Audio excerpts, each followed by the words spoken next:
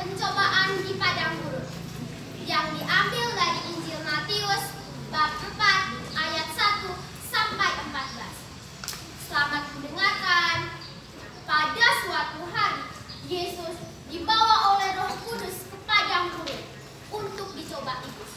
Di sana panas, tidak ada makanan dan minuman. Setelah Yesus berpuasa 40 hari 40 malam, akhirnya Yesus merasa kelaparan. Lalu datanglah iblis untuk menggoda Yesus. Iblis berkata, "Jika engkau anak Allah, ubahlah batu ini menjadi roti." Lalu jawab Yesus, "Ada pula tertulis, manusia hidup bukan dari roti saja, melainkan setiap firman yang keluar dari mulut Allah."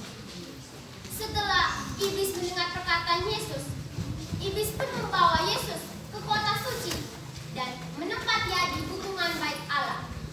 Lalu iblis berkata, "Jika engkau